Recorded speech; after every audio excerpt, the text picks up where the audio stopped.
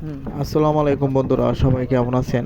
আপনাদের মাঝে সুন্দর একটা ভিডিও নিয়ে আসলাম। দেখুন, শেষ বিকেলের সূর্য ডোবার সুন্দর একটা ভিডিও।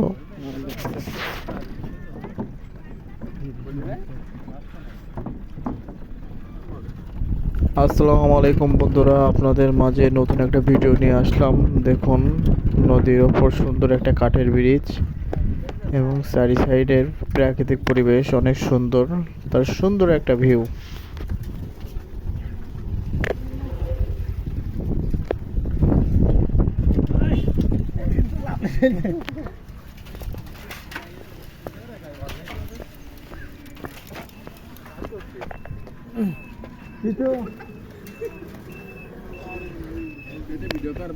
কোন জায়গায় কি দেখেছেন নদীর পাড়ে পিচের রাস্তা? এটা একমাত্র সম্ভব আমাদের সাতক্ষীরায়। কিন্তু কোন জায়গায় নদীর বেরিয়ে রাস্তা নেই।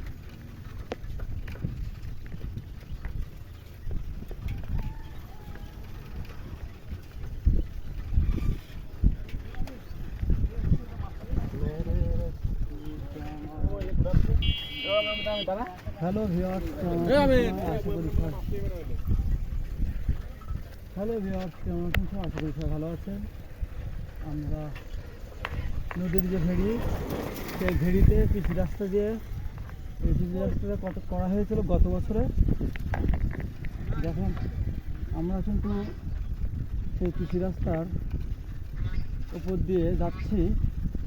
এই সাতক্ষীরা সদরের মধ্যেই যে বেদা নদীর পাশে এই নদীটা বিরাট বড় একটা চওড়া নদী ছিল। কালের বিবর্তনে এই নদীটা সংকীর্ণ হয়ে যায় এবং আশেপাশের মানুষ সেই নদীর চরে এখানে অনেক শাকসবজি বা গাছপালা রোপণ করছে এবং ওই ভেড়ির পর দিয়ে দেখতে পাচ্ছেন অবশ্যই এখানে পিচি রাস্তার রোড। একটু কষ্ট হচ্ছে কারণ আমরা বাইক নামক সাইকেলে চালিয়ে যাচ্ছি তো, এবং দেখতে পাচ্ছেন বিষয়টা, আশেপাশে পরিবেশটা দেখেন। সাইডে দোকানপাট নতুন করা হয়েছে, ভালোই মানুষজন এবং ওই যে নদী দেখতে পাবেন বিষয়টা।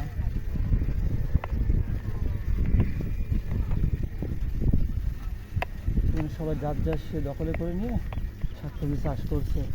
আশা করি সবাই ভালো ফলন পাবে এবং শাকসবজিগুলো ভালো হবে। এরা যে যা দখল করে নিয়ে নিচ্ছে, এগুলো বিরাট বড় জায়গা। দেখেন, এই পাকা রাস্তা বা পিচি রাস্তা হওয়ার জন্য এই এলাকার মানুষের যে কত সুবিধা তারা ছাড়া কেউ জানে না। কারণ এই গত কয়েক বছর আগে বা 10 বছর আগে এখান থেকে মানুষজনের ভোগান্তি শেষ ছিল না।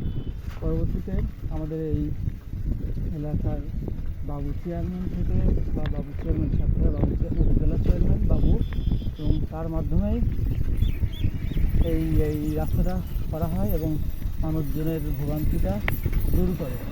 এবং মেন তো এটা হলো যোগাযোগের মাধ্যম যদি ভালো না হয় সেই গ্রামে কোনো উন্নতি বা উন্নয়ন হয় না।